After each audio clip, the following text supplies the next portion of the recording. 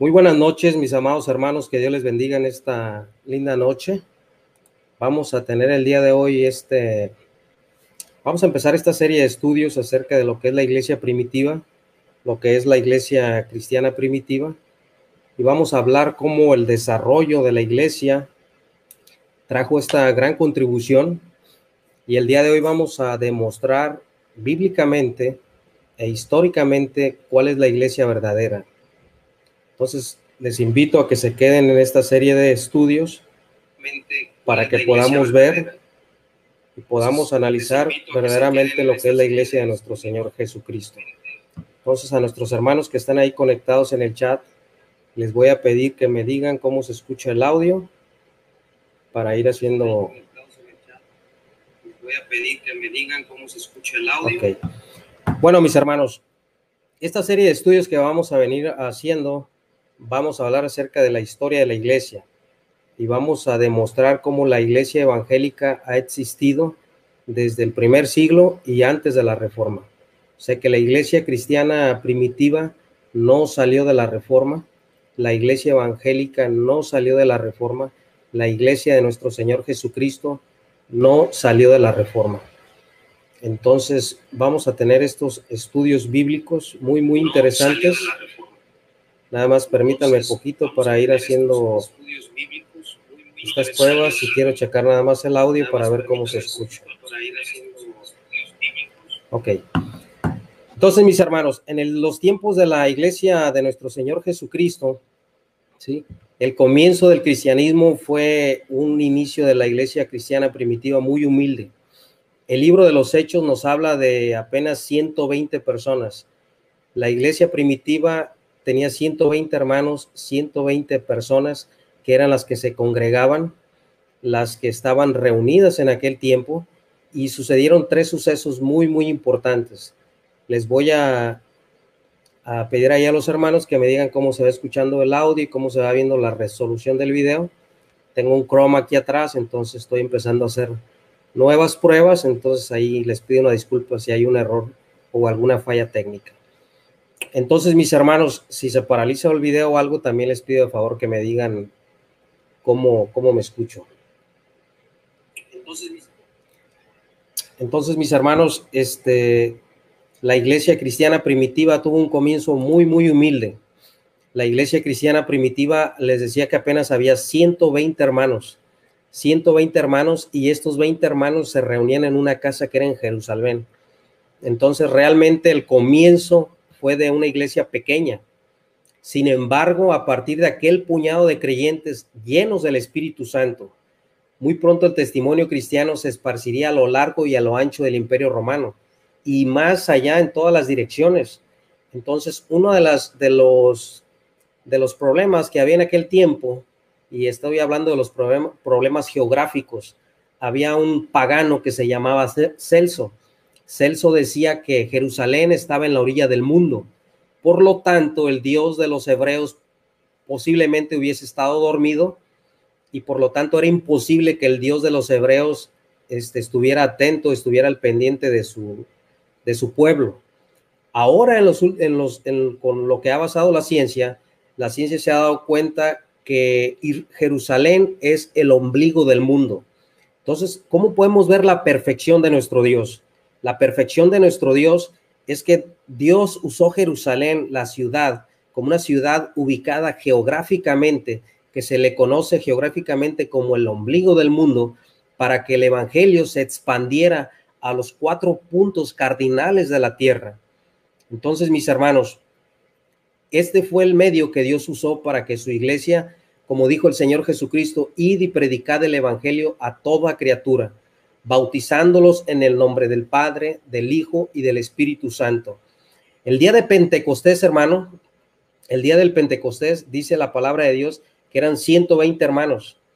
Entonces, en todas estas direcciones, el libro de los Hechos, si bien no nos registra la expansión del cristianismo a diferentes regiones representadas en Pentecostés, pero sí nos habla la palabra de Dios que de ese lugar, el día de Pentecostés, que celebraban la independencia de lo que era Jerusalén, venía gente de Partia, venía gente de Media, venía gente de Alam, venía gente de otros lugares, Entonces, el evangelio, lo que es la palabra de Dios, venían lo que eran los prosélitos, lo que eran los judíos que venían de otros lugares. Entonces, hay testimonios del arribo temprano de la fe cristiana a lugares muy remotos que la Biblia no menciona. Les mencionaba que lo que es Partia, lo que es Media, lo que es Elam, lo que es la Mesopotamia, lo que es Libia. Entonces, hay testimonios de arribos muy tempranos acerca del cristianismo. En estos lugares también se conoce geográficamente como Asia Menor, como Capadocia, como Ponto, como Asia, como Frigia, como Panfilia, como África del Norte, Egipto, Cirene, Roma, Creta, Arabia, entre todas estas regiones, de modo que a pasar de las décadas, inmediatamente después del día de Pentecostés, el movimiento cristiano, hermano, se esparció ampliamente, tanto dentro como fuera del Imperio Romano. Entonces, los relatos que nos menciona la palabra de Dios acerca de los viajes misioneros del apóstol Pablo, hay referencias en las epístolas del apóstol Pablo y sabemos que el evangelio fue llevado a Macedonia, fue llevado a Acaya y posiblemente también fue llevado a España. Entonces, esta rápida expansión ocurrió dentro de los primeros 35 años después de la muerte de nuestro Señor Jesucristo. El lugar, hermanos, entonces el lugar, les decía hace un momento que el lugar del nacimiento del cristianismo fue muy importante, fue el medio que Dios usó, que era geográficamente el punto medular para que el evangelio se expandiera a muchos lugares. Entonces, este testimonio de los apóstoles fue llevado a muchísimos lugares para que este evangelio fuera predicado. Entonces, la cuna del cristianismo, que fue en Palestina, no fue en Roma, o sea, no fue en la iglesia católica romana, como lo viene enseñando malamente la iglesia católica romana, sino fue en las tierras de Palestina. ¿Dónde estaba ubicada? Estaba ubicada en un lugar central desde el punto de vista geográfico, les decía. Entonces, por allá, por el año 175 después de Cristo, les decía que había un filósofo pagano llamado Celso, que decía que si Dios despertara de un largo sueño y quisiera salvar a todos los seres humanos, ¿quién pensaría en ir a una esquina del mundo como se creía que Jerusalén estaba en esos lugares? Entonces, este escritor llamado Celso, que era un pagano, decía que solo un cómico diría que el Hijo de Dios fue enviado a los judíos. Entonces, esto fue algo muy importante para que Jerusalén, como es considerado el ombligo del mundo, se llevase el evangelio a todos los lugares. El lugar de adoración. La iglesia cristiana primitiva, durante los 3 primeros siglos, la iglesia no tenía templos, hermanos. Los cristianos no tuvieron edificios eclesiásticos, los cristianos no tenían grandes catedrales, no tendrían capillas, no tendrían templos privados. ¿Por qué? Porque el cristianismo era ilegal. Como el cristianismo era ilegal, las iglesias cristianas primitivas se reunían en casas privadas. Si leemos detenidamente el apóstol Pablo, nos habla, un ejemplo, podemos leer en Filipenses, en la casa de Filipos, que nos habla Hechos 16:40, que la reunión de los cristianos era en una casa privada. En este caso lo podemos ver como dicen los católicos, que se reunían en changarros, se reunían en casas privadas. Si leemos a la iglesia de Corinto, también en Hechos 18 y versículo 7, la iglesia se reunía en una casa.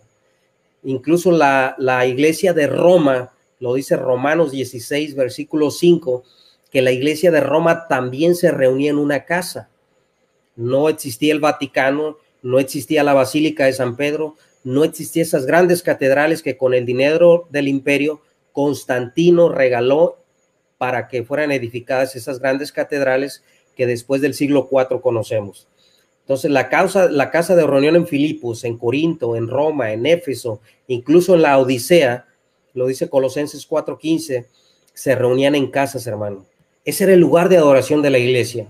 Era una iglesia feliz, era una iglesia que amaba a su Salvador, era una iglesia que estaba dispuesta a dar su vida por el evangelio. Era una iglesia pobre, una iglesia mártir, una iglesia que era perseguida, una iglesia que era rechazada, pero era una iglesia que tenía lo más importante. Y lo más importante y el centro de su vida, de esta iglesia, era nuestro Señor Jesucristo. Eso era lo más importante para la iglesia cristiana primitiva. Entonces, La iglesia no necesitaba riquezas, la iglesia no necesitaba un pontífice, la iglesia no necesitaba un colegio de cardenales, la iglesia no necesitaba absolutamente nada de ese tipo de cosas. La iglesia era una y el centro de su adoración era Jesucristo. Y lo más importante que sostenía a su iglesia era nuestro Señor Jesucristo. La iglesia cristiana primitiva se reunía en casas privadas. Ahora los católicos podrían decir que la iglesia cristiana primitiva se reunía en ¿qué? En changarros, como dicen hoy en día, pero la iglesia era feliz en esos lugares. Entonces la vida y el ministerio de las iglesias eran muy simples. Era una iglesia muy simple. Lo más importante era la predicación, hermanos, la cena del Señor y el bautismo. Por eso las iglesias evangélicas solo aceptamos 2 ordenanzas del Señor Jesucristo. La iglesia católica romana malamente le llama sacramentos. No tengo yo mucho prejuicio acerca de la palabra sacramentos desde un punto de vista personal, pero nosotros reconocemos lo que es el bautismo y reconocemos lo que es la Santa Cena del Señor. O en este caso la Eucaristía, que la palabra Eucaristía quiere decir Santa Cena de Acción de Gracias. Esas son las 2 ordenanzas que aceptamos dentro de la iglesia cristiana evangélica, porque fueron las 2 ordenanzas que dejó nuestro Señor Jesucristo estipuladas. Y este mismo modelo era el mismo modelo que seguía la iglesia cristiana primitiva, mis amados hermanos. Entonces, era la conformidad que tenía la iglesia. La iglesia no tenía absolutamente ningún afán de alcanzar riquezas, ningún afán de alcanzar jurisdicciones. Entonces Dios se manifestó al mundo en la llegada de nuestro Señor Jesucristo.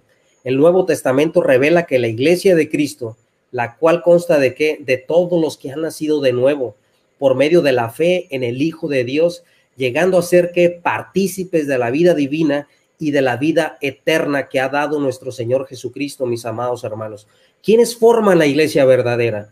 ¿Quiénes forman esta? ¿Quién es el cuerpo de Cristo? ¿Cuál es la iglesia verdadera que muestra la Biblia? No la que dicen los hombres, no la que dice la historia, no la que dice un grupo de personas que se acuña o que se adjudica ser la iglesia de Jesucristo y no obedecen la palabra de Dios, no obedecen a nuestro Señor Jesucristo. ¿Cuál es la iglesia verdadera? La iglesia verdadera, dice la palabra de Dios, que el Señor añadía cada día los que debían de ser salvos. El Señor añade a su iglesia los que han de ser salvos. Entonces, la iglesia verdadera, mis amados hermanos, son aquellas personas que han sido regeneradas por el poder glorioso del Espíritu Santo dentro de cada cristiano, dentro de cada creyente. El Espíritu Santo tiene que sellar nuestra alma, tiene que sellar nuestro corazón. Jesucristo tiene que vivir en nuestro corazón. Jesucristo tiene que ser el centro de nuestra vida. Por eso somos cristocéntricos, porque el centro de nuestra vida es nuestro Señor Jesucristo. Esa es la iglesia verdadera, la que predica las buenas nuevas de salvación, la que predica Cristo, no la que predica un papa, no la que predica un pontífice, no la que predica ciertas cosas fuera de la Biblia. La iglesia verdadera son todas aquellas personas que han venido a los pies de Jesucristo, humillados, arrepentidos, y que han creído en el verdadero evangelio de nuestro Señor Jesucristo. Esos son los que forman la iglesia de Jesús, los que obedecen su palabra, porque algo muy importante es obedecer su palabra. El apóstol Pablo dice claramente en la Biblia, dice, de modo que si alguno está en Cristo, nueva criatura es, las cosas viejas pasaron, he aquí todas son hechas nuevas. Pablo dice, con Cristo estoy juntamente crucificado, pues ya no vivo yo, sino ahora Cristo vive en mí. Lo que antes vivía en la carne, ahora lo vivo en la fe del Hijo de Dios que me amó y se entregó a sí mismo por mí. Esa es la iglesia verdadera, mis amados hermanos. Toda aquella persona que ha hecho el centro de su vida a Jesús, al Hijo del Eterno, al Hijo de Dios. Todas aquellas personas que han sido regeneradas por el poder glorioso del Espíritu Santo. Entonces, mis amados hermanos, en el tiempo de la iglesia primitiva, en las sinagogas, fue un punto muy importante que las sinagogas fueron un punto donde se tenía la libertad para ministrar. Entonces Jesús, nuestro Señor Jesucristo, acostumbraba a enseñar en las sinagogas. En el día de reposo dice la palabra de Dios en Lucas 4:16, que cuando Bernabé y Pablo llegaron a Antioquía de Pisidia, ambos fueron a la sinagoga y se sentaron ahí. Y después de la lectura de la ley, de los profetas, de los principales de la sinagoga, mandaron a decirle: varones hermanos, que si tenéis alguna palabra, tenéis que hablarla. ¿Por qué? Porque ahí había libertad. Había libertad, ¿para qué? Para que se predicara. Y Pablo usó ese medio, los apóstoles usaron las sinagogas, ¿para qué? Para predicar el evangelio de nuestro Señor Jesucristo. A partir de Pentecostés, hermano, hubo una rápida difusión del evangelio. Entonces, la gran cantidad de judíos que lo escucharon a nuestro Señor Jesucristo en la fiesta de Jerusalén, cuando fue predicado por primera vez, llevaron las buenas nuevas a diferentes naciones. Entonces, en esta dispersión, aunque es solo los relatos más grandes que tenemos en la Biblia, son los viajes misioneros del apóstol Pablo. Entonces, el apóstol Pablo en el Nuevo Testamento nos relata y nos ofrece una descripción muy, muy amplia de cómo él llevó el evangelio a todos los lugares. Y también los otros apóstoles viajaron ampliamente predicando y fundando iglesias en extensas áreas. ¿Para qué? Para todos los que creyeran. Entonces, estas personas, que eran personas muy humildes, nuestro Señor Jesucristo no escogió personas de la curia alta, de la sociedad alta. En los tiempos de nuestro Señor Jesucristo, los que representaban la curia, la alta sociedad, eran precisamente los fariseos. Era como, la palabra fariseo quiere decir puro. Entonces, ellos eran como la prole de Israel, pero los santos, los que trataban de guardar la ley. El otro grupo eran los saduceos. Los saduceos eran descendientes de sacerdotes levitas. Ellos sí eran la curia.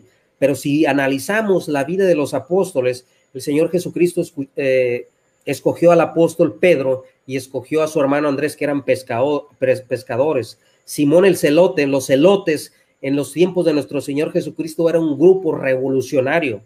Era un grupo revolucionario que se había levantado en armas en contra de los romanos que tenían oprimido a Israel.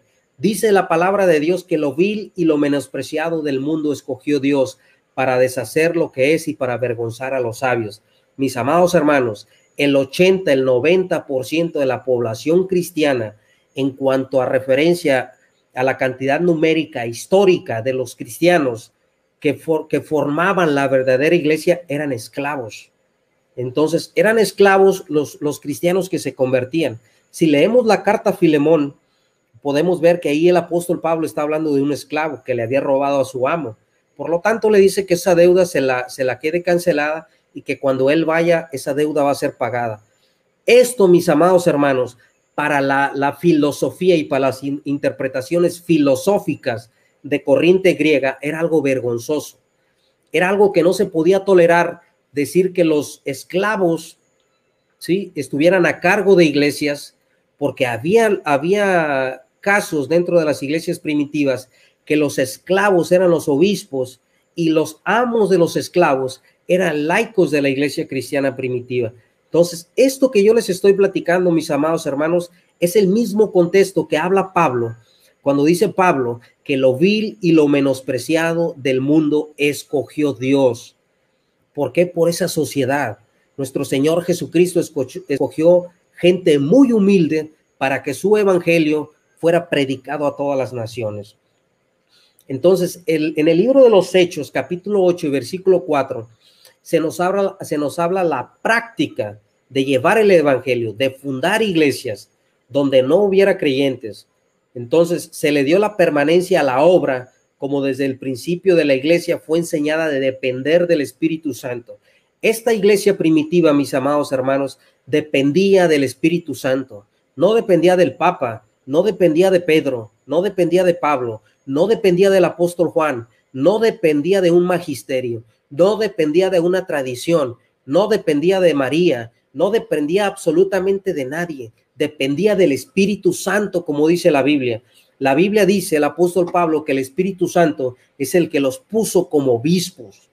Entonces la iglesia se dejaba ministrar por el Espíritu Santo de Dios, y el Espíritu Santo de Dios era el responsable de actuar dentro de la iglesia, de fortalecer a la iglesia, de poner palabras en la boca de los apóstoles para que la iglesia y el evangelio fuese predicado a las personas necesitadas, sedientas de esa sed espiritual que solo la puede dar nuestro Señor Jesucristo. Entonces, mis amados hermanos, el apóstol Pablo dice en la primera carta a los Tesalonicenses, capítulo 1 y el versículo 8, que dice, porque partiendo de vosotros ha sido divulgada la palabra del Señor. Entonces, aunque cada iglesia era independiente de cualquier organización, de cualquier asociación de iglesias, se mantuvo siempre una relación íntima con otras iglesias. ¿Qué quiere decir esto, mis amados hermanos? Que la iglesia cristiana primitiva no tenía jurisdicciones, no existían las diócesis, no existía un patriarca, no existía un papa, no existía un obispo que estuviera a cargo de otras iglesias. Todos los eruditos en historia hoy en día han llegado a la conclusión de que en el principio de la iglesia no había un obispo encargado de ministrar toda la iglesia, sino que había un colegio de ancianos que eran los responsables de ministrar dentro de las iglesias cristianas. Más adelante, como vayamos viendo este desarrollo de la iglesia cristiana primitiva, nos vamos a ir desarrollando cómo la iglesia fue tomando un rumbo totalmente diferente. Entonces, el apóstol Pablo hace referencia en sus epístolas que el evangelio fue llevado a Macedonia, a Acaya. Entonces les decía que posiblemente también a España. Miren, mis amados hermanos, hubo un hombre llamado Orígenes que para el año 240 después de Cristo decía que todas las profecías del Antiguo Testamento se estaban cumpliendo y que el cristianismo se estaba transformando en una religión mundial. Según él señala, Orígenes de Alejandría, dice en su comentario sobre Ezequiel, con la venida de Cristo, la tierra de Bretaña acepta la creencia en el único Dios. Así también los moros de África, así también todo el globo. Ahora hay iglesias en las fronteras del mundo y toda la tierra grita a gran gozo al Dios de Israel. Fíjense las palabras que dice Orígenes de Alejandría. Esto no lo dice la Biblia, mis amados hermanos. Esto lo dicen las fuentes históricas de este hombre que se llamó Orígenes de Alejandría, que su padre se llamó Leónidas, que fue un cristiano de corriente filosófica griega, pero fue un hombre que amó a Dios, que su padre murió mártir, el padre de Orígenes de Alejandría llamado Leónidas. Este hombre a los 17 años, su madre lo escondió, guardó su ropa para que no fuera atrapado y fuera muerto mártir también. Dice que para el año 240 el evangelio había llegado a la tierra de Bretaña. Entonces había llegado a los moros de África. Dice que también había llegado a todo el globo, y ahora a todo el globo refiriéndose al mundo. Dice, y ahora hay iglesias en las fronteras del mundo y toda la tierra grita a gran gozo, gloria al Dios de Israel. Entonces, mis amados hermanos, ¿cómo ocurrió este extraordinario avance? ¿Quiénes fueron sus protagonistas? ¿Cuáles fueron los medios que usó nuestro Dios, nuestro Creador, para que este evangelio se fuese predicado a todas las naciones? Para que este evangelio se fuera predicado a todas las naciones. Les decía que Jerusalén se le conoce hoy en día geográficamente como el ombligo del mundo. Es el centro de la tierra, el ombligo del mundo, para que se lleve a los puntos cardinales de la tierra el evangelio. La palabra de Dios nos dice en el libro de los Hechos, capítulo 1, versículo 25. Dice la palabra de Dios, Hechos 1, 25. Se los voy a leer para que vayamos viendo lo que dice la palabra de Dios y para que vayamos también, mis amados hermanos, cómo Dios usó los medios y cómo nuestro Dios todo lo que hizo lo ha hecho a la perfección. Y todo lo que Dios ha hecho, todo lo que nuestro Dios ha hecho, nunca se ha equivocado. Dios usó los medios, Dios usó absolutamente todo para que su evangelio fuese predicado. Dice la palabra de Dios en Hechos capítulo 1 y versículo 8. Dice, pero recibiréis poder cuando haya venido sobre vosotros el Espíritu Santo. Ojo, y me seréis testigo en Jerusalén, en toda Judea, en Samaria y hasta lo último de la tierra. ¿Cuáles fueron los medios o cómo ocurrió este extraordinario avance, hermanos? ¿Quiénes fueron sus protagonistas? Les voy a mencionar las 3 etapas de la expansión del evangelio.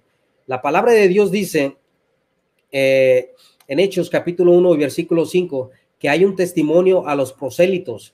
Les voy a leer lo que dice Hechos 1:5. Dice, porque Juan ciertamente bautizó con agua, mas vosotros seréis bautizados con el Espíritu Santo dentro de no muchos días. Entonces, había una promesa que el Espíritu Santo iba a descender sobre la iglesia. Entonces, el testimonio a judíos y a los prosélitos, los 12 con el apóstol Pedro y Juan, como centrales, como sus oyentes, eran hombres que provenían de las 14 áreas diferentes cuando vinieron al día de Pentecostés. Entonces, venían de Oriente, venían de África. Entonces, hubo 3,000 que se convirtieron en un día al evangelio y se convirtieron a nuestro Señor Jesucristo. Entonces, el apóstol Pedro fue enviado a los gentiles. El apóstol Pedro, fue enviado a los judíos. Cuando dice Hechos capítulo 6, capítulo 1 y versículo 8, y dice la palabra de Dios, y me seréis testigo en toda Judea, en Samaria y hasta lo último de la tierra. Miren, mis amados hermanos, voy a ver si les puedo compartir aquí esta pantalla. Bueno, eso lo voy a dejar para no salirme aquí de lo que es el croma. Entonces, en Hechos capítulo 6 y versículo 12 nos dice la palabra de Dios. Hechos capítulo 6 y vamos a leer el versículo 12 para que veamos lo que dice la Biblia. Dice la palabra de Dios. Dice, y soliviantaron al pueblo, a los ancianos y a los escribas, y arremetiendo le arrebataron y le trajeron al concilio. Y pusieron testigos falsos que decían, este hombre no cesa de hablar las palabras blasfemas contra este lugar santo y contra la ley. Esto que les estoy leyendo, mis amados hermanos, es Esteban. Entonces había 7 personas con Esteban y Felipe también, que eran los centrales. Entonces Esteban fue martirizado y los líderes esparcidos por Judea, por Samaria, Pedro en Judea, en Lida nos dice la palabra de Dios, y en Jope y Samaria y en Cesarea. Pedro bautiza a un soldado romano que es adherente al judaísmo y a su familia. Pedro es arrestado por Herodes y escapa y huye a Jerusalén. Aquí podemos ver que el evangelio es predicado en Jerusalén, el evangelio es predicado en Judea y el evangelio es predicado en Samaria. Lo mismo que está diciendo nuestro Señor Jesucristo en Hechos capítulo 1, versículo 8, me seréis testigos en Judea, en Jerusalén, en Judea, en Samaria, hasta lo último de la tierra. Punto número 3, testimonio, dice la Biblia, hasta lo último de la tierra. Y vamos a ver lo que dice Hechos capítulo 13 y versículo 28, mis hermanos, para que vean cómo se cumple la palabra de Dios y cómo la expansión de la iglesia se va expandiendo por todos lados. Entonces, en Hechos capítulo 13, dice versículo 26, le voy a leer Hechos capítulo 13 y versículo 26 al 28. Dice la palabra de Dios, varones hermanos, hijos del linaje de Abraham, y a los que en vosotros teméis a Dios, a vosotros es enviada la palabra de esta salvación, porque los habitantes de Jerusalén y sus gobernantes, no conociendo a Jesús ni las palabras de los profetas, que se leen todos los días de reposo, las cumplieron al condenarle, y sin hallar en él causa digna de muerte, pidieron a Pilato que se le matase. Y habiendo cumplido todas las cosas que le estaban escritas, quitándolo del madero, lo pusieron en el sepulcro, mas Dios le levantó de los muertos. Aquí podemos ver, hermanos, que Pablo y Bernabé están en Antioquía y también van a Pisidia. Dice la Biblia en Hechos 16:13, dice la palabra de Dios, y habiendo zarpado a Pafos, Pablo y sus compañeros arribaron a Perge, a Panfilia, pero Juan, apartándose ellos, volvió a Jerusalén. Ellos pasando de Perge llegaron a Antioquía de Pisia y entregaron a la sinagoga un día de reposo y se sentaron. Hermano, los tres acontecimientos bíblicos, cómo la iglesia cristiana primitiva se empiezan a expandir. Lo que es predicado en Jerusalén, lo que es predicado en Judea, lo que es predicado en Samaria y lo que es predicado en lo último de la tierra. Dios usó al apóstol Pablo para que el apóstol Pablo en sus 3 viajes misioneros, por más de 17 años que duró Pablo predicando el evangelio, un hombre fervoroso en la Biblia, un hombre amante de Jesús, un hombre que estaba dispuesto a dar su vida por nuestro Señor Jesucristo, nuestro Dios lo usó para que llevara el evangelio. El evangelio, mis amados hermanos, fue expandido. Después mueren los apóstoles y vamos a ver lo que dice este hombre llamado Clemente de Roma. que falsamente la Iglesia Católica Romana dice que Clemente de Roma es el segundo, o el tercero, o el cuarto papa, no me acuerdo de la cronología, pero le atribuyen a Clemente de Roma que Clemente de Roma es uno de los papas de la Iglesia Católica Romana. Eso es falso, mis amados hermanos. Eso no tiene ningún sustento histórico y no tiene ningún sustento menos bíblico. Eso es algo que la Iglesia Católica Romana se lo ha acuñado y se lo ha adjudicado solamente como una tradición. Y la Iglesia Católica Romana no tiene otra fuente más que una tradición maleable para acuñarse como a Clemente de Roma, que se lo atribuyen al Clemente que menciona el apóstol Pablo. Pero Clemente de Roma, lo que fue Clemente de Roma, lo que fue Ignacio de Antioquía, Policarpo de Esmirna, lo que fue Irineo de León, a un hombre que se llamó Cuadrato de Atenas para el año 130 después de Cristo. Ese hombre Cuadrato fue un gran evangelista, mis hermanos, según las fuentes históricas del doctor Pablo Deiros. Dice Eusebio, al igual que Panteno de Sicilia, Panteno fue el maestro de Clemente de Alejandría. Para el año 200, para el siglo, a inicios del siglo III, finales del siglo segundo, dice que se convirtió este hombre del paganismo, se convirtió al cristianismo y se involucró muy pronto en un ministerio de predicación misionera e hizo un viaje a la India con la idea de ganar a las castas superiores para la fe cristiana desde alrededor del año 180 que se estableció en Alejandría. Pantano en Alejandría, después viene Clemente de Alejandría y después viene Orígenes de Alejandría. La primera biblioteca cristiana, la primera escuela de corriente filosófica griega de interpretación alegórica por Orígenes y por Clemente de Alejandría. Justino mártir, ya murieron los apóstoles, mis amados hermanos. Mueren los apóstoles. Recordemos que el apóstol Pablo, el apóstol Pedro, los apóstoles llevaron el evangelio. Los apóstoles fueron los principales para llevar esa predicación del evangelio a todas las personas y a todo a su alrededor. Entonces, vamos a tocar este punto, mis amados hermanos, antes de seguir avanzando con lo que es Orígenes y lo que es estos apologistas como Justino mártir, que fue de los primeros apologistas del cristianismo y de la era cristiana. ¿Quién fundó la Iglesia de Roma? Y esto es algo muy importante, mis amados hermanos. Yo les pido que si pueden ahí hacer algunas notas o si pueden ver este video otra vez, véanlo para que podamos ver. Y les voy a mencionar lo que dice este doctor y este erudito, tanto en griego y tanto un maestro en la exégesis y en la hermenéutica bíblica, llamado Samuel Pérez Millos. Fíjense lo que dice acerca de quién fundó la Iglesia de Roma. ¿Quién fundó la Iglesia de Roma? Sabemos que la Iglesia Católica Romana siempre nos ha dicho y siempre nos ha mentido que fue el apóstol Pablo y que fue el apóstol Pedro quienes fundaron la Iglesia de Roma. Fíjense cómo vamos a descubrir hoy la mentira de la Iglesia Católica Romana y cómo ha engañado a estas personas para que digan y para que se miente de una manera pues mal, porque eso no es verdad, acerca de quién fue el que fundó la Iglesia de Roma. La tradición católica o la tradición siempre nos ha dicho que la Iglesia de Roma fue fundada por Pablo y fue fundada por el apóstol Pedro. Por lo tanto, como el apóstol Pablo y como el apóstol Pedro fueron los fundadores de la Iglesia, por lo tanto ellos se adjudican que fue Pedro el primer papa de Roma. Eso es falso, hermanos. Eso es totalmente falso. Y el mismo apóstol Pablo refuta la tradición católica romana. Recordemos que al apóstol Pedro lo hicieron papa de Roma hasta el siglo IV por Damaso y por el documento del catálogo liberiano, cuando llega hasta el papa Liberio.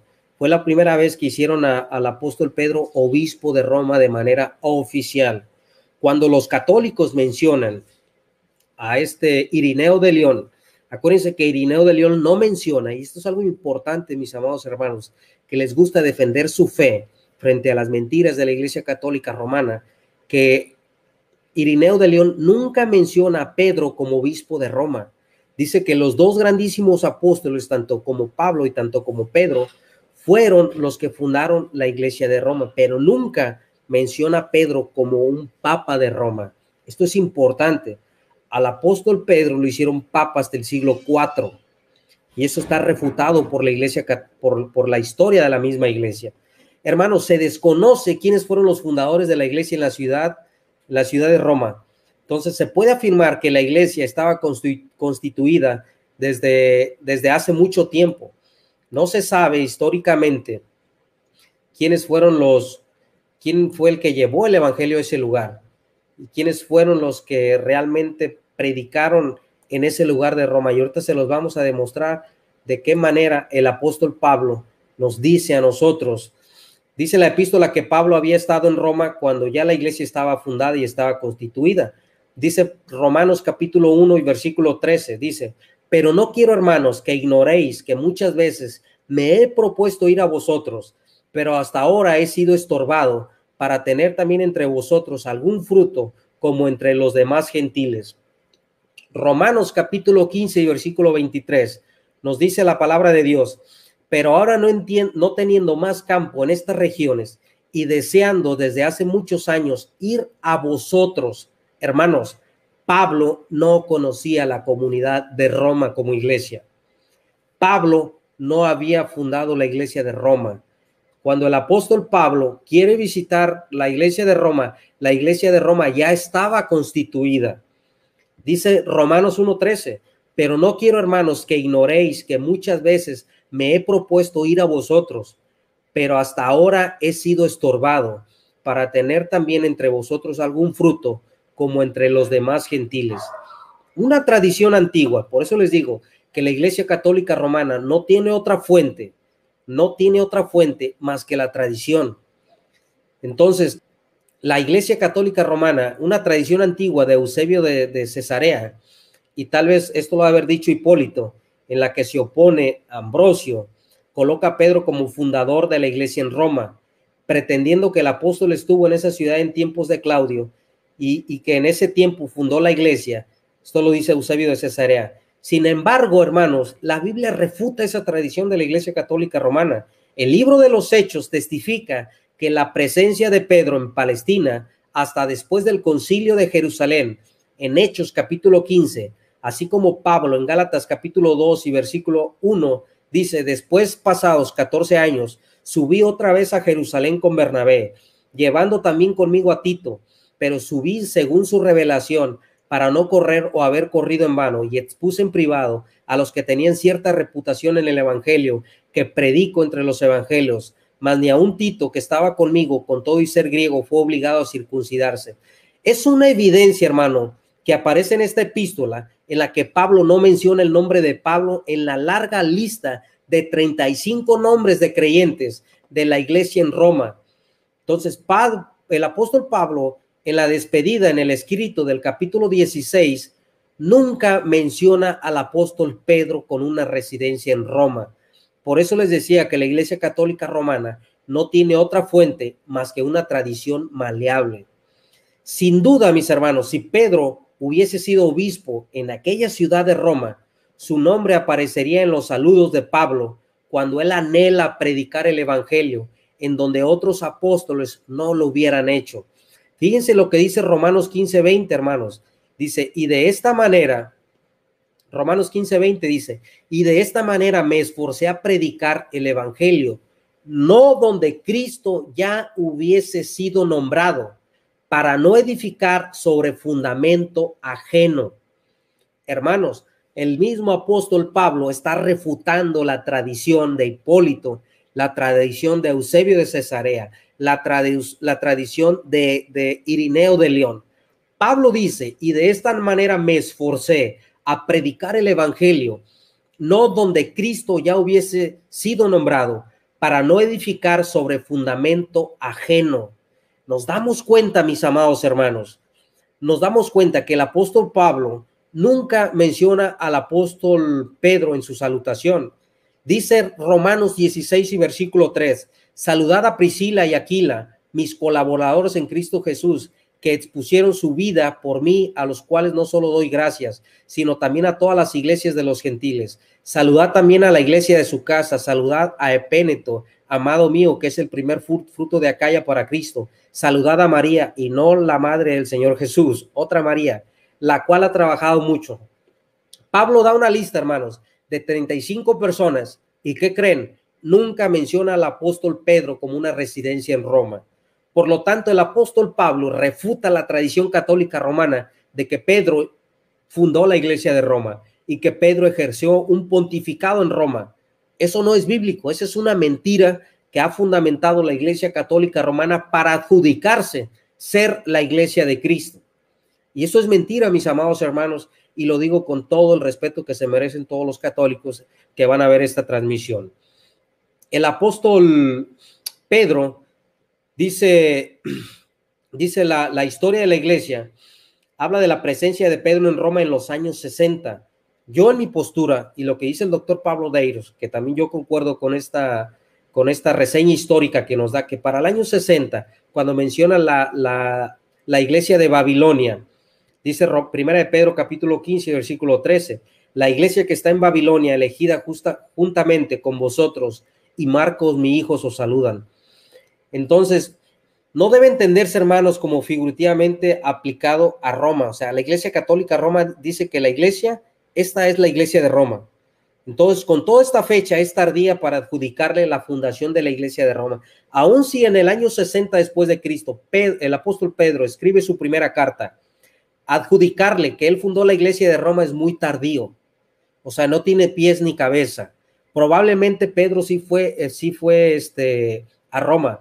Probablemente, y esto no lo dice la Biblia, eso es algo, reseñas históricas, probablemente el apóstol Pedro sí fue juzgado en Roma y sí fue martirizado de cabeza. Eso no hay nada verídico, pero que Pedro haya ejercido un pontificado como obispo universal en Roma, eso es una mentira, hermano, que la iglesia católica romana se ha inventado para adjudicarse ser la iglesia de nuestro Señor Jesucristo. Entonces, ¿quién fundó la iglesia de Roma, hermanos? Posiblemente, ojo, estoy hablando que posiblemente la iglesia fue fundada por creyentes, por judíos que procedentes de Roma escucharon el mensaje del evangelio en Jerusalén en el día de Pentecostés. Entonces, el libro de los Hechos, capítulo 2, dice la palabra de Dios que se mencionan a los romanos en Hechos capítulo 2 y versículo 10. Les voy a leer Hechos 2:10, dice, en Frigia y en Panfilia, en Egipto y en las regiones de África, más allá de Cirene, y romanos, aquí residentes, tanto judíos como prosélitos. El día de Pentecostés, mis amados hermanos, hubo romanos que escucharon el evangelio. Pedro no fundó la iglesia de Roma. Pedro no fue ningún obispo de Roma. No, mis amados hermanos. Pablo no lo menciona cuando escribe a los romanos. Para ese tiempo, cuando Pablo escribe a los romanos, el apóstol Pedro ya tenía que tener un par de años ejerciendo un pontificado como Papa Universal, como lo presenta la Iglesia Católica Romana hoy en día. Eso es falso, hermanos, eso es una mentira. Entonces, posiblemente, y les voy a leer aquí lo que dice Hechos 18:2, dice, y halló un judío llamado Aquila, natural de Ponto, recién venido de Italia, con Priscila su mujer, por cuanto Claudio el emperador había mandado que todos los judíos saliesen de Roma.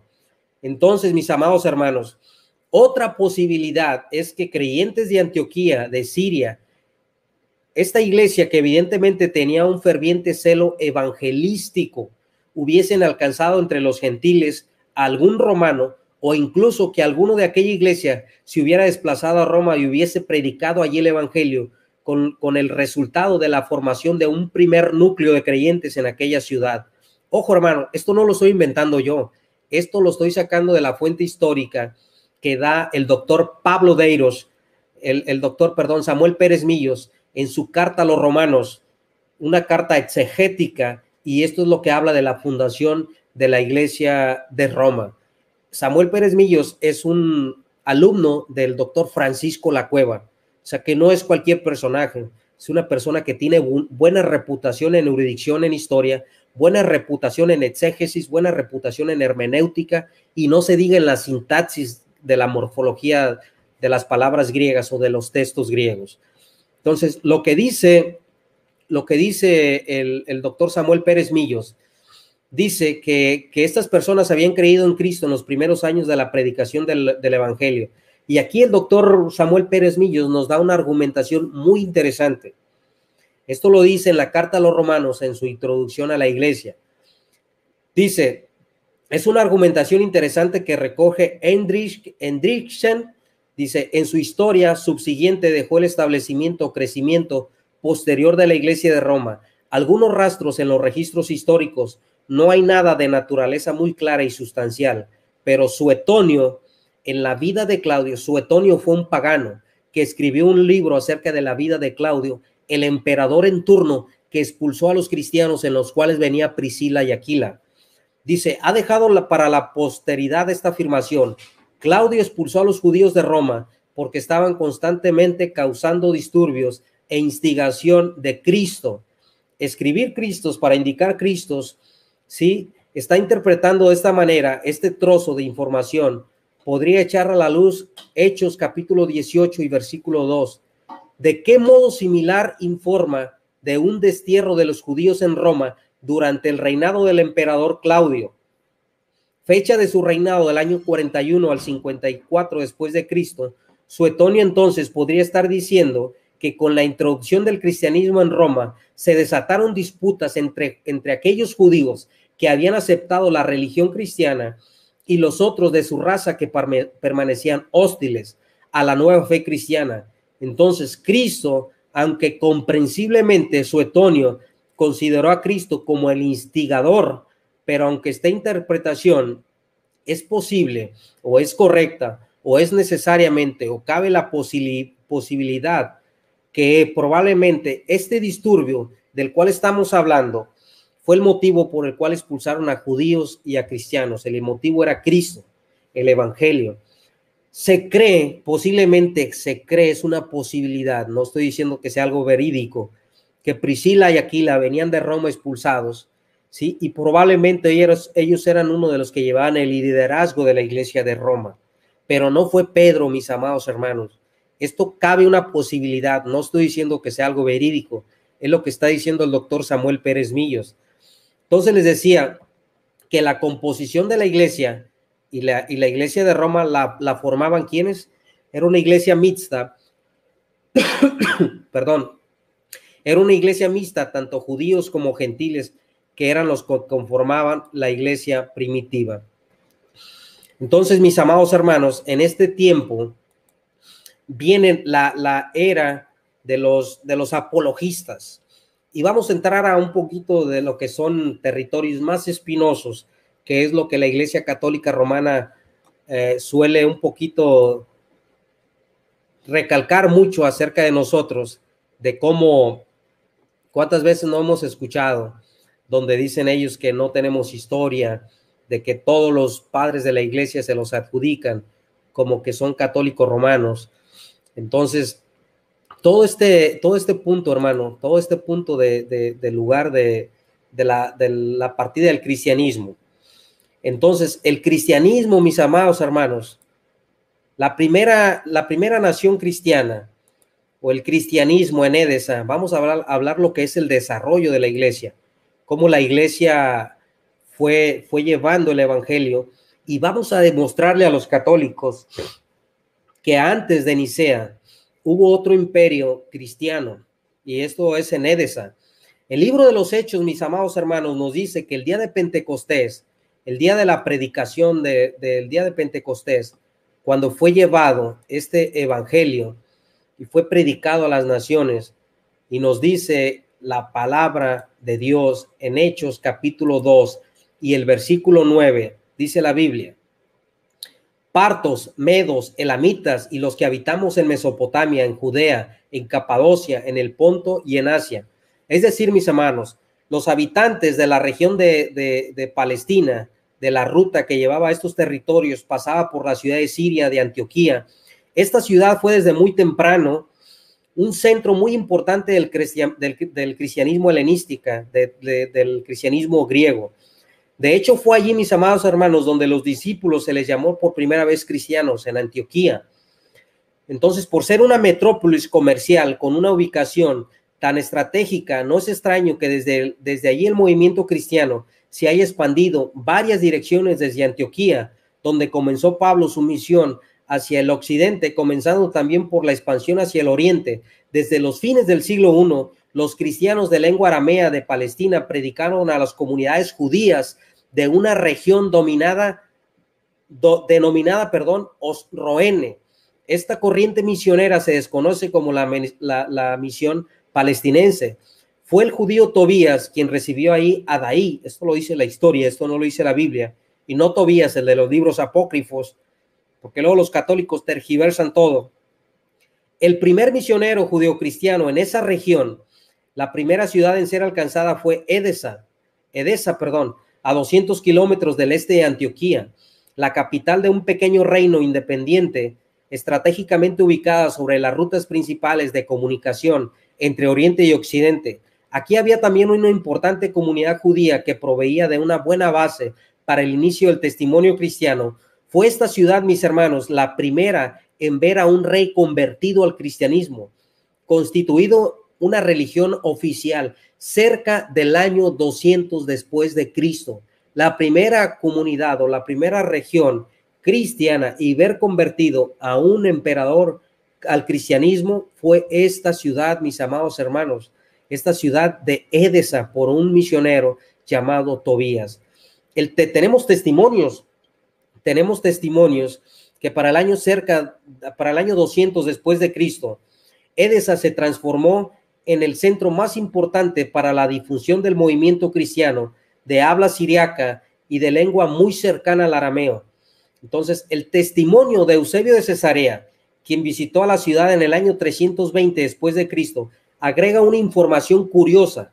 Dice que Eusebio de Cesarea, quien visitó la ciudad en el año 320, agrega y dice Eusebio que en Edesa encontró un documento conocido como la Crónica de Adai, que según él contenía la correspondencia mantenida entre el rey de la ciudad, Abgar, con nadie menos que con Jesús. Esa es una tradición que se remonta a los siglos atrás. Entonces, según estos documentos, el rey invitó a Jesús a ir a Edesa para que lo curara de una enfermedad y etcétera. Eso es una tradición. Pero a lo que quiero llegar es que el cristianismo para el siglo II llegó a esta ciudad de Edesa. Entonces, el reino de Edesa fue primero también en varias cosas. Por un lado, tuvo el primer templo cristiano. No fue Roma, mis amados hermanos. No fue el Vaticano, no fue la Basílica de San Pedro. La primera comunidad cristiana que tuvo un templo oficial cristiano, sí, fue la ciudad de Edesa para el año 200 después de Cristo. Entonces, en este año, en el 201, hubo una inundación y los registros indican que Abgar, el rey, se paró sobre la torre llamada la Torre de Persa y observó las aguas con la luz de las antorchas. Las aguas rompían contra la muralla occidental de la ciudad que entraban a la ciudad. Entonces, mis amados hermanos, este es la primera ciudad cristiana, Edesa. No fue Roma, no fue el Vaticano, no fueron todas estas ciudades que la Iglesia Católica Romana ha engañado al mundo para decirle que son la iglesia de Jesucristo. Entonces, hermano, esta ciudad se hizo la primera traducción de los evangelios del griego al siriaco. No fue la Iglesia Católica Romana la primera en traducir los evangelios. La primera ciudad en traducir los evangelios fue la ciudad de Edesa, para el año 2 después de Cristo, del griego al siriaco. El idioma que se hablaba por aquel entonces en Mesopotamia, a partir del siglo II, se hicieron traducciones del griego al siriaco, siendo posiblemente el Nuevo Testamento la primera de estas traducciones, bastante antes del año 200.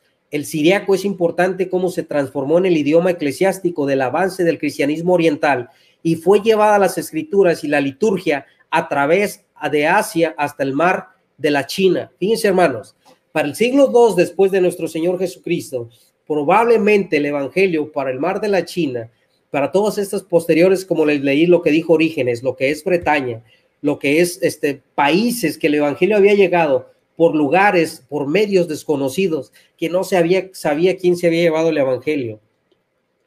Cuando usted le digan que fue la Iglesia Católica Romana la encargada de evangelizar el mundo, eso es una mentira, mis amados hermanos, porque el doctor Pablo Deiros, en su historia del cristianismo de los primeros 500 años, en su página 99 nos dice todas estas contribuciones que yo les estoy diciendo hoy en día. Entonces, esto es las mentiras, y así se refutan las mentiras de la Iglesia Católica Romana acerca de que ellos son la iglesia de nuestro Señor Jesucristo, ni históricamente, mis amados hermanos. Entonces, a partir del siglo III, el cristianismo siriaco que se desarrolló ahí puso una fuerte énfasis sobre la ascesis, sobre los hechos. Habla de los convertidos renunciando al matrimonio, etcétera. Por ahí circulaban muchos libros apócrifos como los Hechos de Tomás, y eran libros de corriente filosófica gnóstica que después, más adelante, la iglesia tuvo que rechazarlos. Pero aquí podemos ver, mis amados hermanos, que todas estas contribuciones, por allá también en esa ciudad de Édesa, circulaban los evangelios, el evangelio de Tomás, los salmos de Tomás, los hechos de Tomás, que eran composiciones gnósticas, que eran composiciones de corriente filosófica gnósticas, que eran composiciones que iban en contra de la ortodoxia cristiana primitiva, que después la iglesia tuvo que refutar, y que después la iglesia tuvo que corroborar, y de que después la iglesia fue la encargada de corregir a estos hermanos que estaban mal en cuanto a los 4 evangelios. Entonces, en Édesa también se produjo uno de los personajes cristianos de renombre, el cual fue Tasiano. Tasiano, que nació en Mesopotamia, de lengua siriaca, tuvo una buena educación, que fue al oeste buscando una región que le dieran la satisfacción. Probó muchas cosas donde él habla su conversión al cristianismo, pero este Tasiano, en su composición acerca del Salterio y acerca de algunos himnos que compuso, fue de los grandes contribuyentes también para algunas traducciones, no de toda la Biblia y no de todo el Nuevo Testamento, pero sí de cierta parte del Nuevo Testamento. Bardasaines, para el año 154, para el año 222 después de Cristo, fue otro nativo destacado en la ciudad de Édesa, que perteneció a una familia noble de esa ciudad y estuvo ligado a la corte de Julio el Africano, conocido por los católicos Julio el Africano. Julio el Africano nos informa que fue un arquero diestro y que escribía muy bien en griego y siriaco.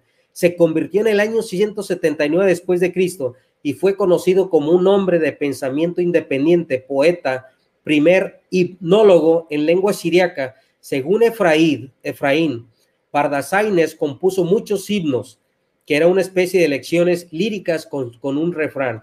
Entonces, mis amados hermanos, hubo muchas contribuciones, el cuales contribuyeron a la expansión del evangelio. Nos damos cuenta, mis amados hermanos, que existen tradiciones antiguas que atribuyen a un origen apostólico al movimiento cristiano en Armenia. Esto es un punto importante porque más adelante vamos a ver lo que fue la composición y lo que fue cómo el evangelio fue llevado a Édesa. Vimos cómo el evangelio fue llevado a Judea, a Samaria, hasta lo último de la tierra, a Édesa. Ahora vamos a ver quién llevó el evangelio a Armenia. Armenia, mis amados hermanos, y les decía que esto es muy importante, porque para el siglo VII vamos a hablar de los paulicianos que se refugiaron en Armenia, que son grupos de cristianos que fueron acusados falsamente y maquiavélicamente por los católicos romanos como maniqueos. Pero eso es una postura también que se refuta a través de la historia. Entonces, Armenia, que era parte del Imperio Romano, pero que estaba más al norte de Édesa, el historiador griego llamado Sozomenos, en su historia eclesiástica, escrita por el año 450 después de Cristo, dice que los armenios, dice, tengo entendido, fueron los primeros en aceptar la fe cristiana como nación. Según Eusebio, Armenia se hizo cristiana para el año 311 después de Cristo, antes de que fuera oficial el cristianismo en Roma, antes de que Teodosio I diera la religión oficial de Estado de los romanos. Nos damos cuenta que había 2 imperios o había 2 ciudades junto con su emperador que se habían convertido al cristianismo. Uno es Édesa, el que acabamos de leer, y ahorita vamos a ver lo que es Armenia. Cuando el emperador Maximiliano les declaró la guerra, por esa razón dice Eusebio de Cesarea, dice, el tirano Maximiano tuvo que hacer frente a una guerra contra los armenios, gente que desde una fecha muy temprana habían sido amigos y aliados de los romanos.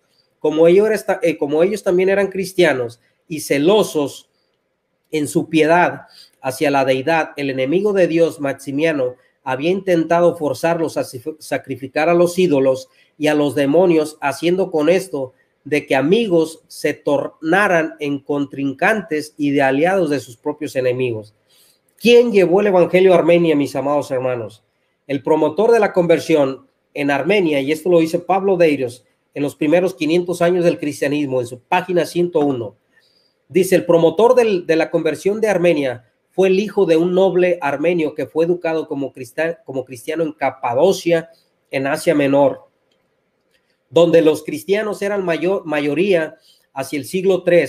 Este varón recibió el nombre de latino de Gregorio y llegó a ser conocido como Gregorio el Iluminador.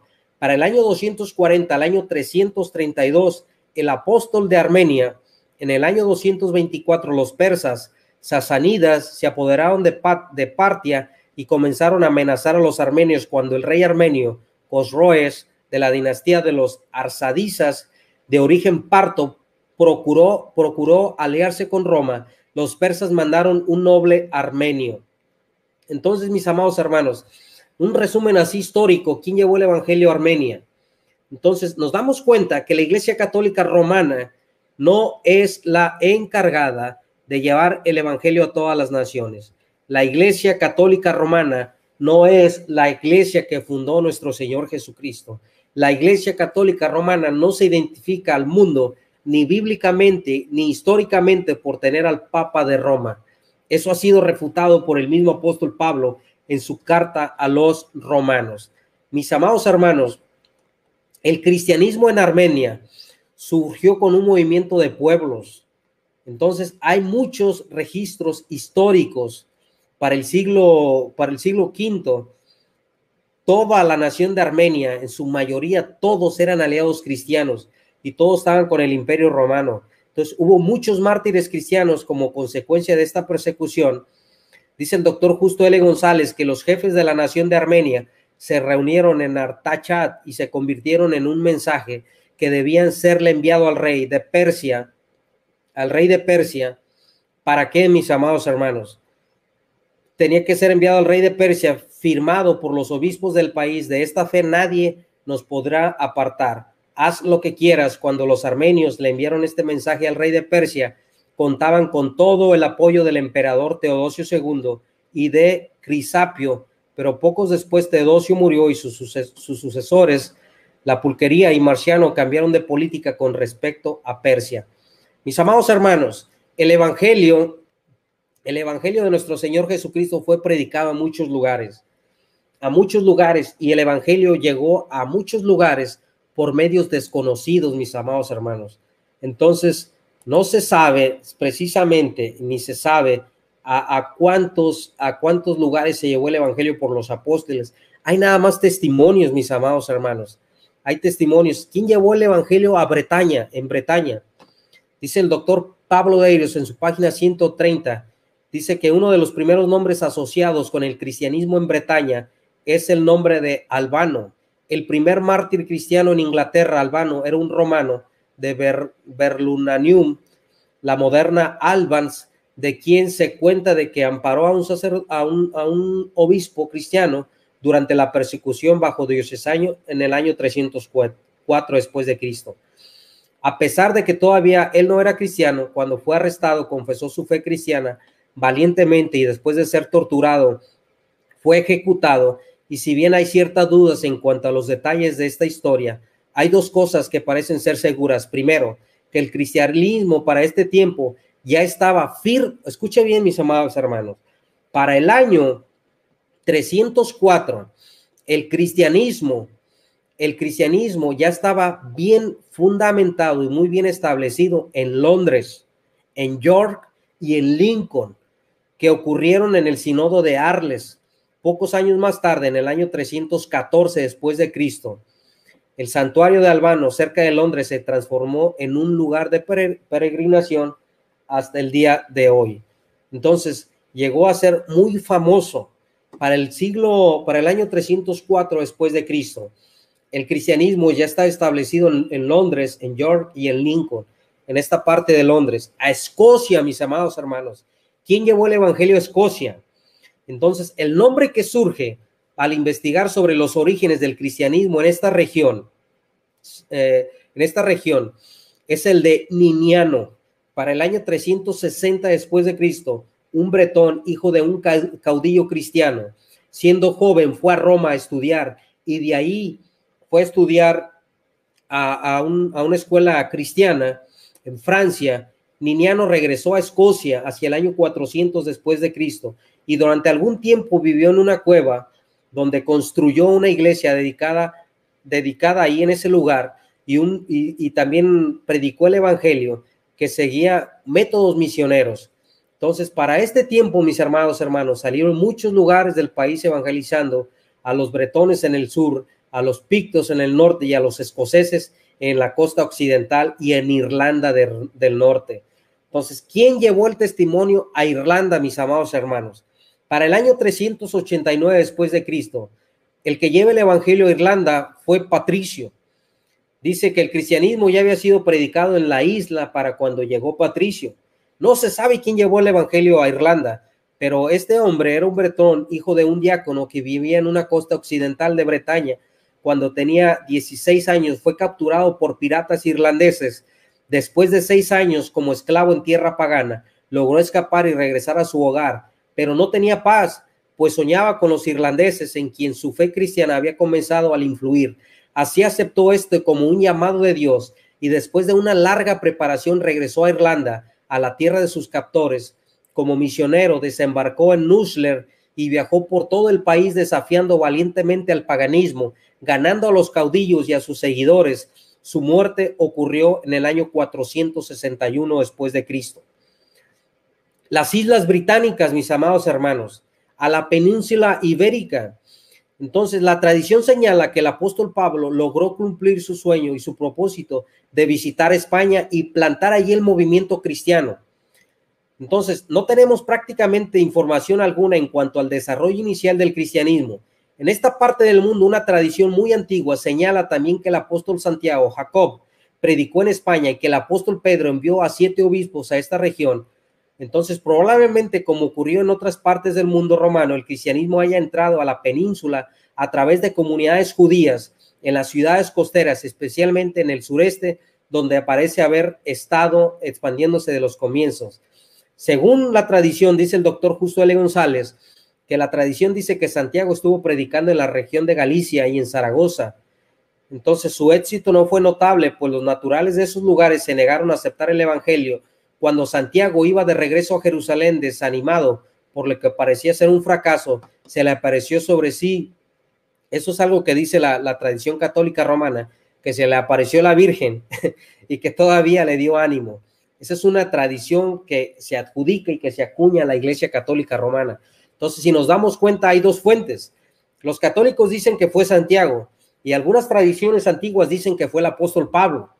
Por eso les digo, mis amados hermanos, que es muy importante conocer nuestra historia de la iglesia cristiana primitiva. ¿Para qué? Para que no se dejen engañar, mis hermanos, para que no se dejen engañar por esta iglesia católica romana que ha tergiversado la historia, que maquiavélicamente ha engañado al mundo para adjudicarse y para acuñarse que son la iglesia de nuestro Señor Jesucristo. ¿Cuál era la membresía, mis amados hermanos, para ser la iglesia de nuestro Señor Jesucristo? ¿Cuál era lo que se ocupaba para ser de la iglesia de nuestro Señor Jesucristo? ¿Qué era lo que decía la iglesia? O sea, ¿qué era lo que la iglesia siempre enseñó para decir? Entonces, el ingreso a la familia, a la fe que se producía después de que la persona tomaba la decisión de recibir a Cristo por fe como el Señor y como el Salvador de sus vidas, sellaba un compromiso. Dice el apóstol Pablo que cuando creímos en el evangelio de verdad, fuimos sellados con el Espíritu Santo de la promesa para el día de la redención, que son las arras adquiridas. Esa es la garantía que Dios ha dejado a su iglesia, su Espíritu Santo, para que tengamos una plena seguridad de que Cristo regresa por su iglesia, de que Cristo arrebata su iglesia y la iglesia se va con nuestro Señor Jesucristo en el día del arrebatamiento. Entonces, mis amados hermanos, el cristianismo tuvo una expansión y tuvo una gran contribución. Esta va a ser nuestra primera parte de lo que es esta serie de estudios que vamos a venir teniendo acerca de lo que es la historia. Yo les voy a estar pasando las fuentes acerca de lo que es la historia de la iglesia.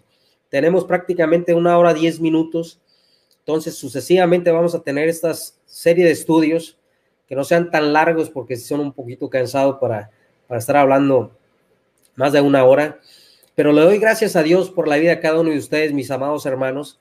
Le doy gracias a Dios por todos los hermanos que están aquí en esta plataforma.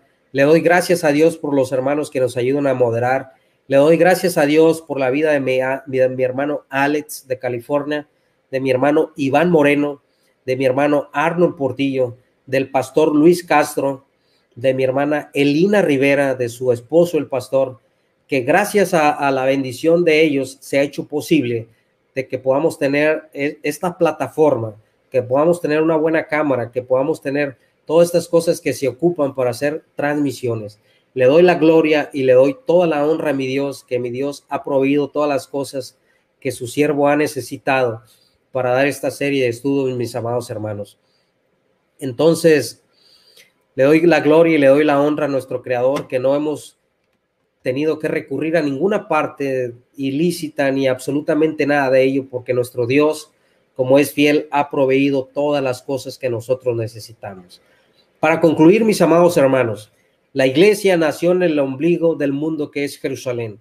Yo, como dispensacionalista y como opositor no tan radical al milenialismo, yo soy dispensacionalista y yo creo que la iglesia tuvo su punto de partida, su punto de quiebre en Jerusalén. De ahí fue predicado el evangelio a Judea, a Samaria y hasta lo último de la tierra. El apóstol Pablo, que fue el misionero que Dios usó para llegar el evangelio en sus 3 viajes misioneros, que llevó el evangelio a muchos lugares de origen gentil, y había iglesias mixtas donde había judíos y había gentiles. Pedro, apóstol a los judíos. Y hay muchas más historias de los apóstoles que no están en la Biblia, solo son una tradición de donde se llevó el evangelio a otros lugares. Mis amados hermanos, aquí el punto es que la iglesia verdadera se reconoce porque predica las doctrinas cardinales del evangelio. La iglesia verdadera se reconoce porque el centro de su vida es Jesucristo. La iglesia verdadera se reconoce porque el centro de su vivir diario es el evangelio. En la iglesia verdadera se reconoce porque vive una vida en santidad delante de los ojos de nuestro Creador. La iglesia verdadera se reconoce por todos los creyentes que forman el cuerpo de Cristo y son personas que han sido regeneradas, son personas que han sido lavadas en la sangre del Cordero, son personas que han sido selladas con el poder del Espíritu Santo de la promesa, son personas que vivían una vana manera de vivir, pero ahora han crucificado su carne con Cristo Jesús y ahora son nuevas criaturas, como dice la palabra de Dios. Dice el Señor Jesucristo: he aquí yo hago nuevas todas las cosas. Todas las personas que han nacido de nuevo, todas las personas que han aceptado a Cristo como el Señor y el Salvador de sus vidas en su corazón, forman parte de esa iglesia. Todas las personas que predican las buenas nuevas de Cristo son la iglesia de Jesucristo. Hay 3 columnas, hermanos, 3 puntos cardinales que identifican a la iglesia de Jesucristo. Punto número 1, la encarnación virginal de Cristo. Esa es una columna cardinal dentro de la ortodoxia cristiana que siempre tenemos que enseñar, que nuestro Señor Jesucristo fue engendrado de manera virginal. Punto número 2, la deidad de Cristo.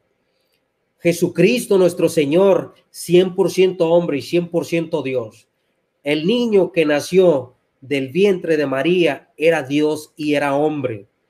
Ese es un punto cardinal dentro de la ortodoxia cristiana. El niño que dio a luz María era Dios, es Dios y seguirá siendo Dios. Punto número 3, la resurrección de Cristo. Jesucristo resucitó al tercer día, no quedó dormido, no quedó atónito, murió y resucitó.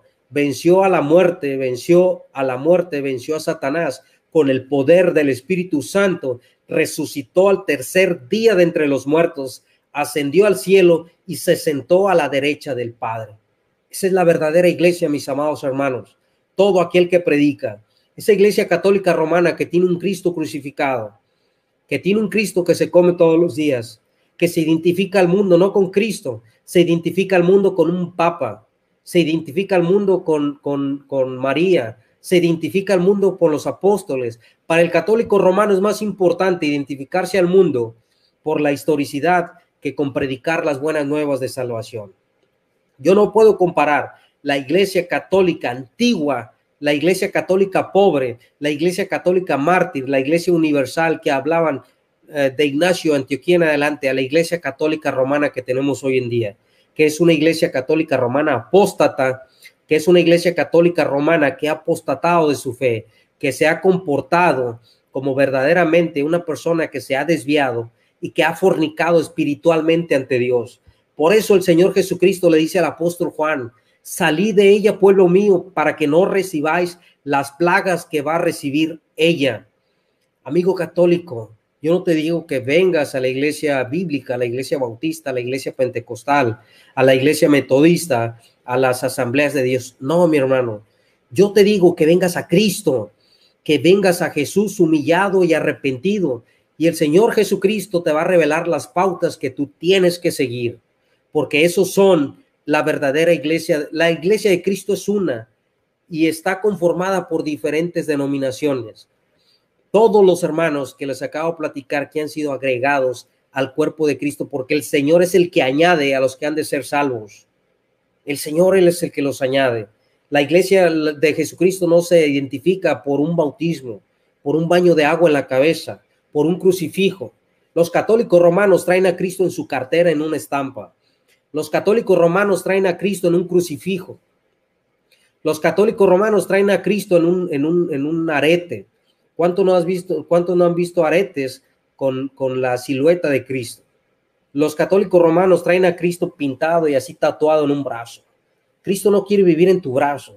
Cristo no quiere vivir en tu oreja en un piercing. Cristo no quiere vivir en tu cartera en una estampa. Cristo no quiere vivir que lo traigas aquí colgado. Cristo quiere vivir en tu corazón. Cristo es el Rey y el Señor de tu vida. Nuestro Señor Jesucristo tiene que ser el Rey, el Señor, el amo, el Salvador de nuestras vidas, el centro de nuestras vidas, porque Él es el Rey de Reyes y Él es el Señor de los señores. Por lo tanto, queda descartado históricamente y queda descartado bíblicamente que la Iglesia Católica Romana sea la Iglesia de Cristo. No puede ser posible, porque la Iglesia Católica Romana no puede comprobar ni bíblicamente, ni bíblicamente, ni por medio de doctrina que son la Iglesia de Cristo. La Iglesia Católica Romana tuvo que tardar muchos siglos en dogmatizar sus dogmas y en hacer de manera oficial todo lo que ellos creen hoy en día. Mis amados hermanos, por el día de hoy terminamos esta primera parte. La segunda parte, vamos a hablar de lo que es la patriología.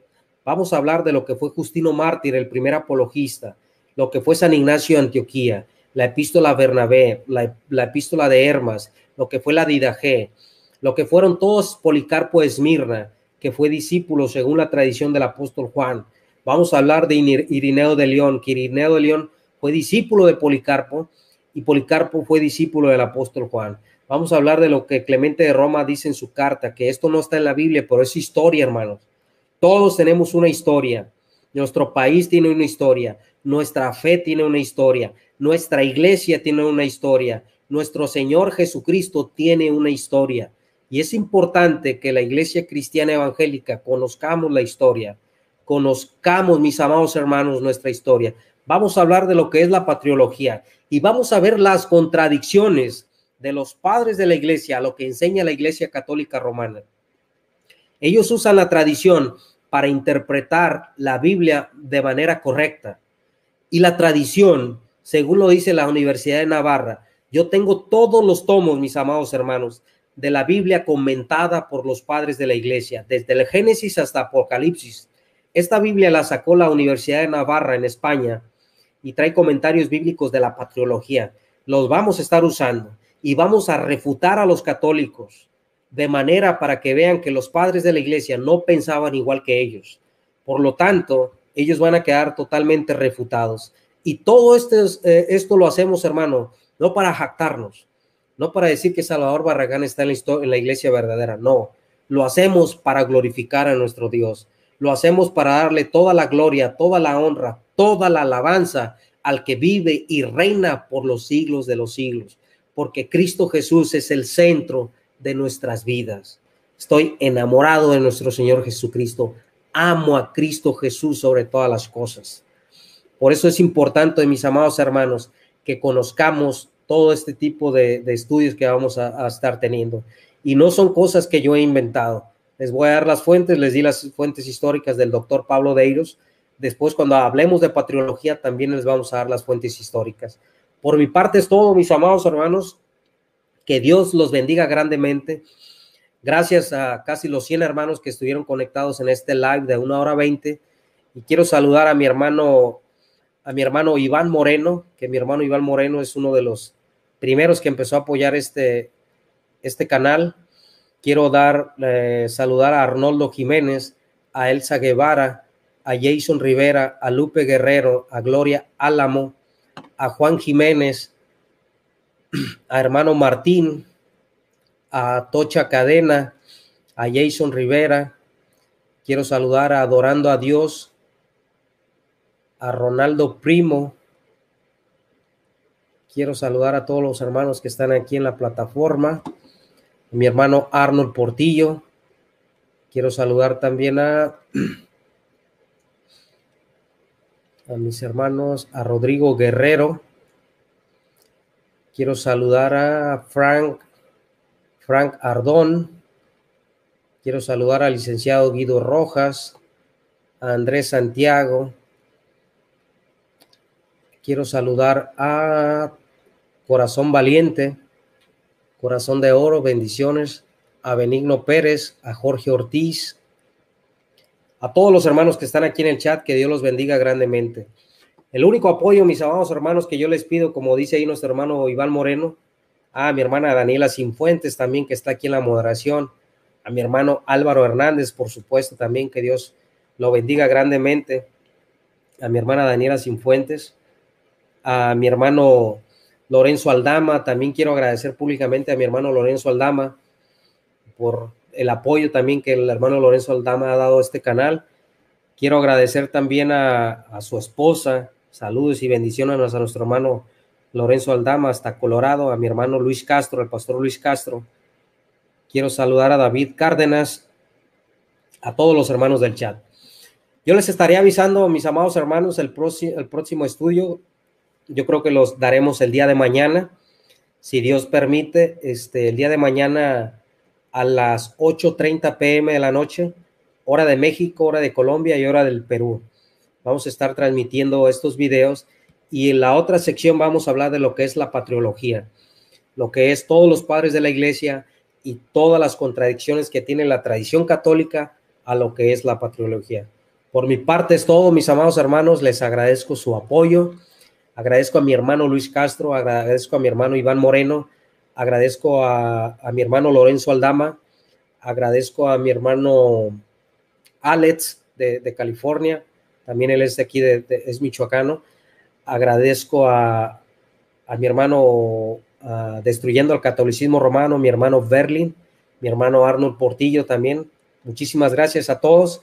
Que Dios les bendiga, mis amados hermanos. Les mando un fuerte abrazo y deseo que la paz de nuestro Señor Jesucristo abunde en su corazón, que la paz de nuestro Señor Jesucristo abunde en cada una de sus casas, y que siempre le demos toda la gloria y le demos toda la honra a nuestro Creador.